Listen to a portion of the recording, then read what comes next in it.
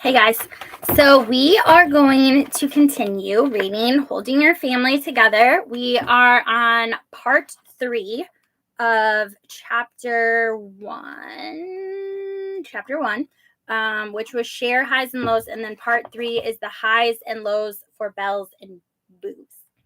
Okay, so the differences between boys and girls. I need to say a word about the difference between boys and girls when it comes to sharing highs and lows. According to Dr. Luann Brizendine, in the female brain, little girls are born with 11% more brain tissue that is dedicated to speaking and listening than little boys. Little boys are born with 2.5 times more brain tissue dedicated to sex drive, plus larger areas of the brain are connected to action and aggression. That's one more reason for a pillow fight before you try to talk. If you don't turn part of your learning process into action up front, your boys will turn it into aggression later on. Take your pick. Okay, so for somebody who took gender studies in college, who has a transgender friend, okay, but I'm Christian. Okay, I'm gonna just briefly do this, and then we will continue this information. Okay, so I took this class. My minor was health and family studies, and I took this class. It was a sociology class, and it was called gender studies. And I took it. The naive Christian grade school and high school girl took this class thinking that I was going to learn more about the differences between men and women. I did. However, I also learned about intersex, transgender. What are the other ones? Literally, so many different genders that I wasn't even aware existed, and we watched videos on little boys trying to cut their penises off inside of bathtubs, and little girls trying to make themselves more masculine, just so many things. So I basically the Bible says you are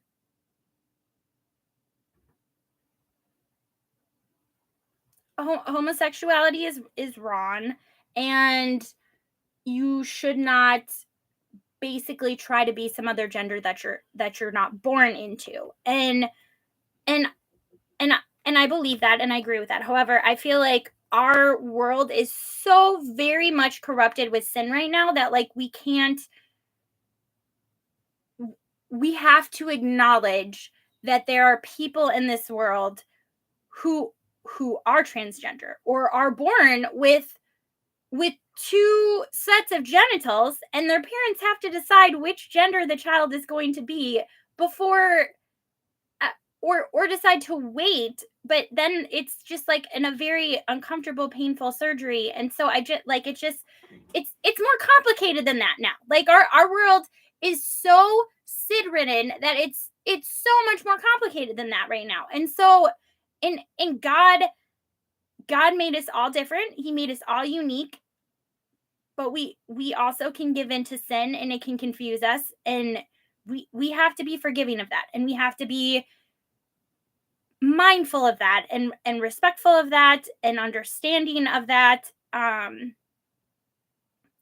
so it complicates things. It complicates things, guys. So when you try to just make it down the little middle, black and white, man, woman, boy, girl, it's more complicated than that now. So nobody, please do not be offended by this and turn it off, because I'm not saying I'm on your side, but I'm not on your side. I know it's complicated, and I know it's confusing, and it was eye-opening. That class was eye-opening to me. And I think it made me a better journalist. It made me a better person. It made me just more understanding and more accepting, but also just very confused. Very confused why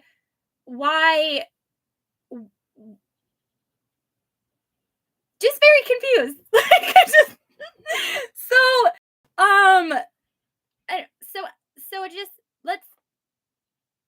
we'll just continue reading. But that's just what I'm going to go into right now, guys. Okay, so the bad news. According to Dr. Brizendine, the average female speaks approximately 20,000 words each day. In a 16-hour waking day, that equals about 10 minutes per hour. The average male speaks about 3.5 minutes per hour, or just 7,000 words in a day. You think? Okay, this news is neither good nor bad. It's just the way it is. Expect your son to share, just don't expect him to share as much. However, there are a lot of boys who talk way more than girls. It just depends. Okay. Most nights in the Melheim home, Catherine Elizabeth would share her highs and lows for 20 minutes once we got her started. Joseph Martin would generally get it over with in 3 seconds using 3 or 4 syllables. School's stupid and almost Friday. Most girls actually enjoy talking more than boys. It's a matter of chemistry. According to the Woman's Passion website, the simple speech act causes emission of hormones in a woman's brain, giving her the same sensations which a drug addict feels after he receives a long-awaited dose.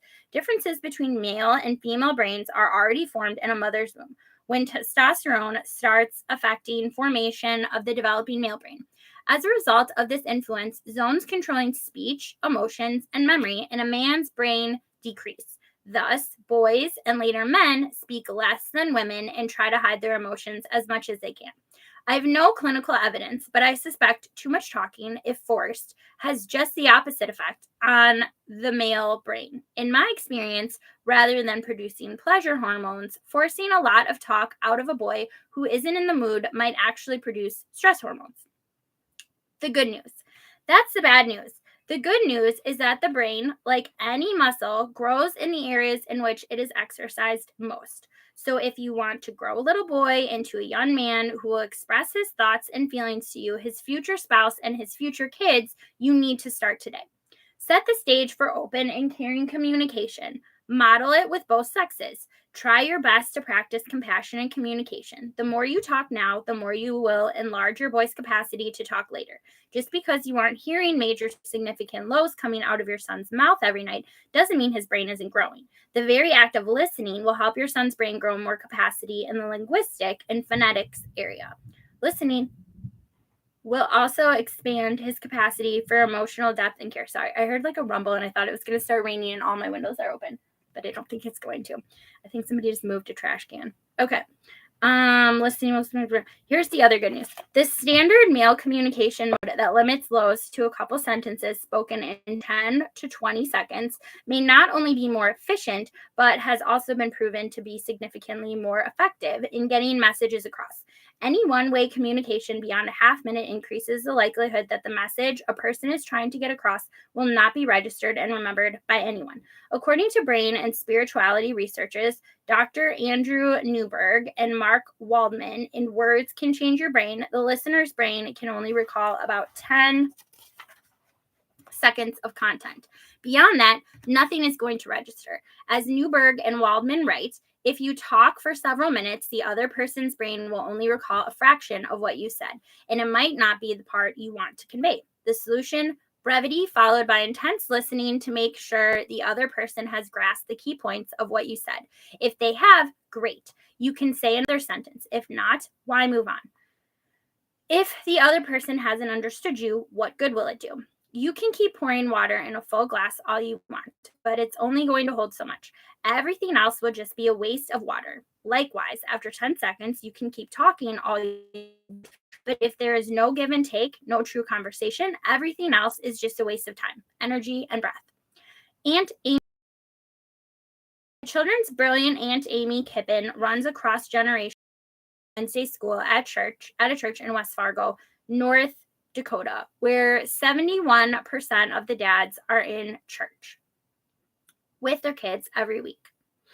You heard it right, 71%. Amy considers the hour spent at church each week as the kickoff for the real Christian education in her church, the nightly Faith 5 home huddles. 87% of the Christian education in her church is done off-site every night. 87% of the prayer ministry happens in homes. 87% of the pastoral care, Bible study, and fellowship, the most natural small group ministry of all, the home. Amy doesn't have to recruit a single Sunday school teacher because every household in her church has its own equipped and motivated guide, a parent. When it comes to highs and lows, no comments, no judgments. If they don't come to you with the insignificant, they will never come to you. Tonight, Joseph Martin's lows, what happened? We had the forum and format in place to draw out the slivers, before they could get infected. I had a problem.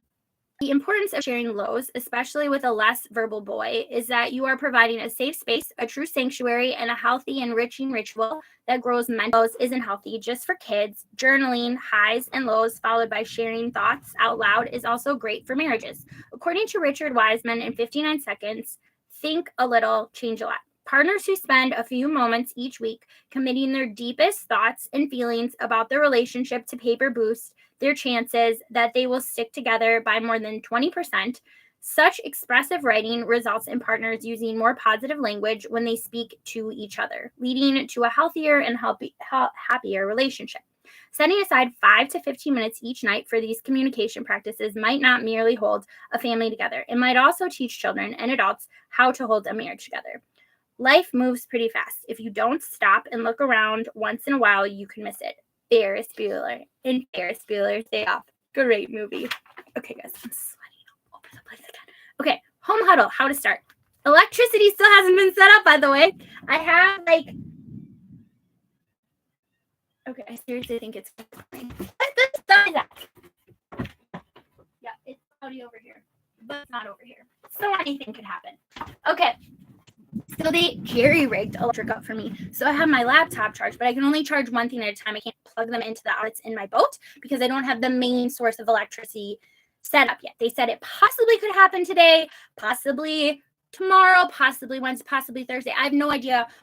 Thursday is the latest. Thursday is the latest that I can get electricity. And my she's not my landlord. She's like the liveaboard landlord, I guess you could call her, but she's basically like the office manager of the marina that I'm staying at, who signed the lease with me and everything and has been very helpful. But by giving me free electricity for a while until I have something. But she also offered to give me this it's like a portable,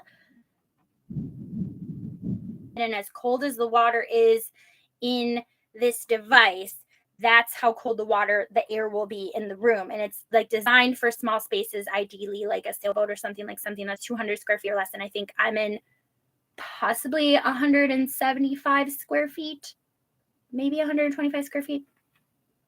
I'll measure it later. Okay, so it's 34 feet long. So the square, I don't know, I'm bad at math. The square of 34 feet long is how big my boat is. You guys can figure that out. Okay, so basically, it should cool my sailboat, and I should be able to close windows during the day, and it runs for about 10 hours before I have to fill it up with water again. So she has graciously, she's going to donate it to me. I offered to pay her, but she won't. She's just going to give it to me. So I'm excited for that. I should hopefully get that by like tomorrow, so I can plug that in and actually have like air in here, which will be really nice. So, and then when I have actual electricity, I can like use more than one outlet at a time, which will also be really nice. But for right now, I'm just sweating like a pig still. Okay. Home huddle, how to start. If all you had time for each night was 5 minutes of sharing highs and lows, you would be miles ahead of most families, psychologically, sociologically, neurologically, and theologically. But this is just the start of the art. In the chapters that follow, we'll get to the good stuff. In the meantime, let's look at how this first step of Faith 5 might look in your nightly routine. Calling the huddle. Whoever is going to bed first in your home is empowered to call the nightly home huddle. This could be highs and lows, or huddle up, or Faith 5 in 5 minutes. After a little exercise to get oxygen, glucose, and BDNF coursing through your children's veins, invite each person to look back on the day. What was one high, a good thing that happened during the last 24 hours? What was one low, one thing they didn't consider so great?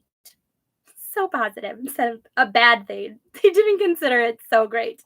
Go around the room, take turns, ask everyone to be on watch throughout the day for the highest high and the lowest low.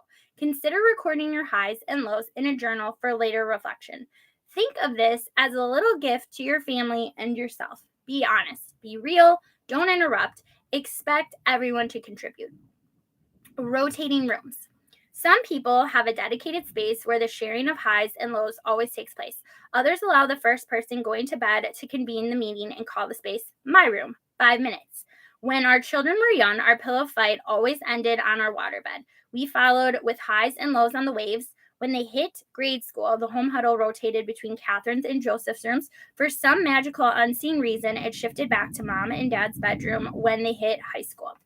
Most nights found them lying comfortably on our bed, often with Catherine Elizabeth's feet sticking in my face for a foot rub, even on nights when we were angry with one another and not all that elated to be related. The act of returning to that ritual and comforting space was often all it took to bring us back home in our home. 2 rules. We only had 2 rules for sharing highs and lows when our children were young. First, no interruptions. When someone was sharing, no one else was allowed to speak except to ask clarifying questions. Second, no judgment. The first time you judge your children's highs or lows may be the last time they risk being honest with you about what is really going on in their lives. 3 tools. With the hindsight of a nostalgic empty nester and the insight of a lot more reading in neurology since my children were babies, I now know of 3 tools I wish I had used in the Melheim home while they were young. These are: 1. A timer. Brevity is the way to go for highs and lows, so set a time limit for the amount of sharing. Save the longer conversation for step 3, talk. 2. Journaling. Writing before speaking is brilliant neurology. It connects through thought to muscles, motions to emotions, and eyes to fingers. It begins the process of moving a person's short-term memory from scratch pad, hippocampus, to hard drive, neocortex. Writing connects the brain to the body, to the environment, thus engaging the whole mind. It wires and fires and connects the new to what you already knew, setting the pieces in place for insight, problem solving, and innovation. If you want to grow reflective children into wise and thankful adults, start journaling. 3. Photographs. Okay, guys, the clouds are coming on. I think I might leave and close this up before I get poured on. Okay, photographs and emotographs. As long as you are journaling words, why not consider adding a journal of images? Take at least 1 photo every day and add it to the mix. Mental and emotional snapshots recorded in the form of simple sentences. Oh my gosh, it's so much cooler when it's gonna rain. Okay, mental and emotional, definitely a pour soon. Snapshots recorded in the form of simple sentences about your highs, lows, and prayers serve as a great mementos. Add a photo each day. Memory jogging tool ensures that the day windows before the storm. I'll read this 1 second. Okay. Absent parents. What? Bimini is going crazy. What if you frequently have to go out of town on business? What if you are sitting on a military base half a world away? What if you are sitting in a jail or prison cell? All the more reason to connect with your kids. Your kids need you now more than ever in order to feel loved, secure, and safe. Do everything in your power to check in regularly with your kids. Ask about their highs and lows. Share your own concerns. Pray for them. Ask for their prayers and offer your blessing. Don't let physical distance create emotional distance. Let them know that even though you are away, you care too much about them to let a single day go by without building a memory they will treasure and take with them the rest of their lives. They will remember that their daddy or mommy always had time for them. You can't buy that kind of message for a child. It will mean more to him or her than you will ever know. Okay, guys. I am going to close these windows before I get into Dream Team reflections. I think it might be fun for you to see this because then I can take this and run away. Okay, so first place that I have to safely remove. Where is it? Why is it not eject? Yes. Numero 1.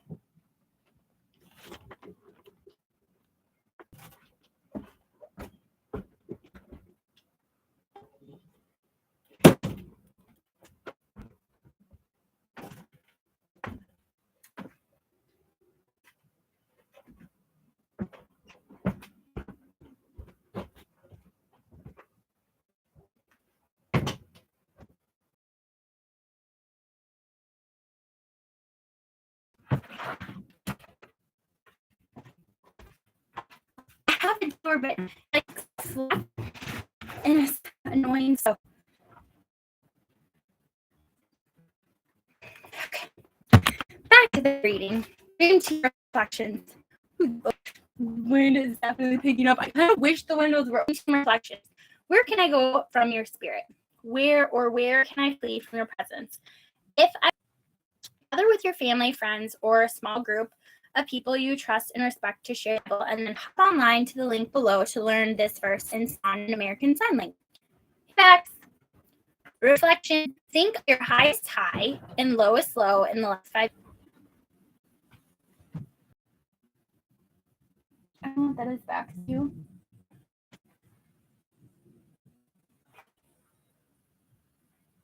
Okay. Reflection 1. Think of your highest high and lowest from these 2 experiences. Reflection 2. Put on your psychologist hat for a moment. Share.org/share/song. You can free resources at www.weekly. Thanks for listening and watching. Bye.